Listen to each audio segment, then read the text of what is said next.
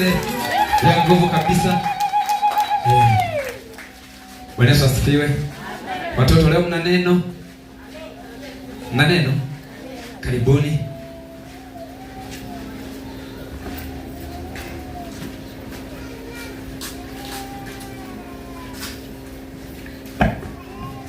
Bwana Yesu asifiwe. Amen. Bwana Yesu asifiwe kanisa. Amen. Nasalimu katika jina la Yesu. Amen. Kwa majina yangu naitwa Yeremia Kurwa, niko hapa mbele yenu kuwasomea neno la Mungu. Linatoka katika kitabu cha Misali sura ya 22 na mstari wake wa 6. Nao unasema, mlee mtoto katika njia ipasayo, naye hata iacha hata akiwa mzee. Amen. Bwana Yesu asifiwe. Amen. Kwa majina yangu naitwa Beka Mwale. Nimekuja kuwaletea neno.